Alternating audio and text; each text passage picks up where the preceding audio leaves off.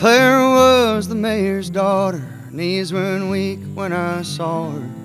We tussled for summer when I walked in on her and Clyde. And so she'd often wander with every boy in Potter. Many Sooners died with honor in war between the states. And Clyde was a cavalry man. When he got home, to him she ran. He had eyes for western lands, left her behind. So Claire settled down. Her husband moved her out of town. They tried to lay her past to rest, hung up those evening gowns.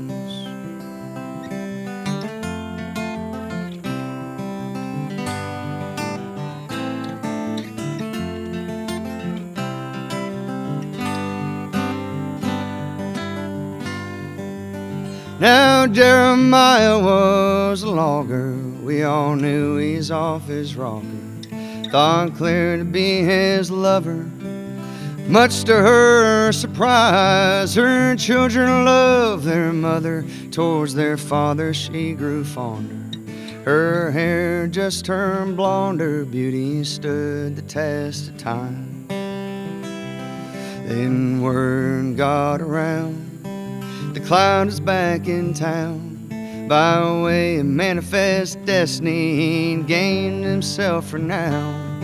In the year 75, 10 years after Lincoln died, Claire kissed the kids goodnight, snuck off to meet her old friend Clyde.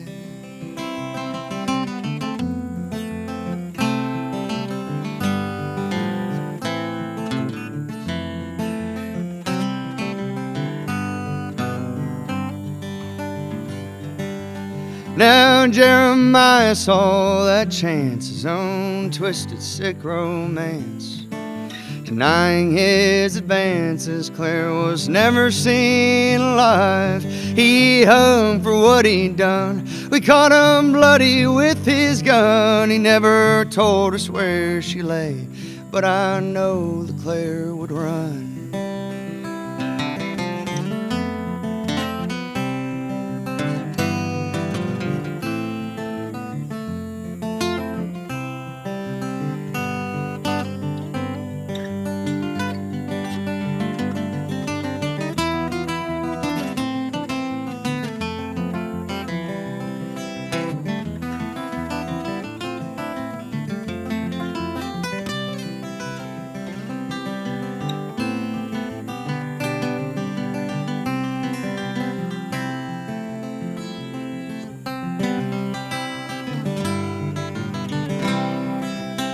We never found that girl from Potter who so often wandered, till more than a century later a builder found her in the ground beneath the cranes of Potter, where Jeremiah shot her. There lies the mayor's daughter, 2 feet down beneath the cranes of Potter. Hair no longer blonder beneath the cranes of Potter, in her finest evening gown.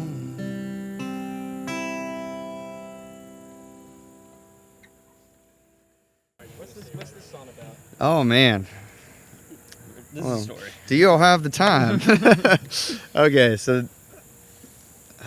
this song it came about in 2019. I got invited to play Mountain Stage in West Virginia. I was driving up to Al's studio where me and the guys rehearse in New Brighton, Pennsylvania. And at that time, they were building what is the world's largest cracker plants, where they process natural gas. And like they were at this stage of construction where it was a skyline of cranes. It looked like if they were building Manhattan from the ground up today at once. That's kind of what it looked like.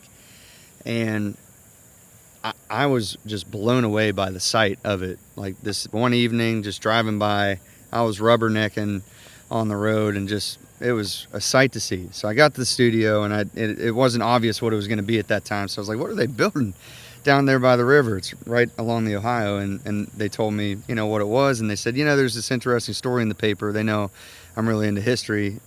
So like there's this interesting story in the paper. When they were breaking ground for this refinery, they found a body buried shallow, and they called the police out, and the police came out and they processed the scene. And before this, it had just been woods along the Ohio River, so I think they all assumed maybe it's a cold case or something like that. And they sent the bones back to CSI, like whoever dates the bones, for the police and stuff. And then I think from here I made it up, because we ended up finding we found out the real story from the gas and oil guy down in Houston, Right. where it was he just an told us old about family plot that had lost its markers and stuff like that. Well, I made the rest of the story up, that it was like a young girl who'd been murdered, back like 150 years ago. Decided to call her Claire, and I kind of gave the body a story before it had one.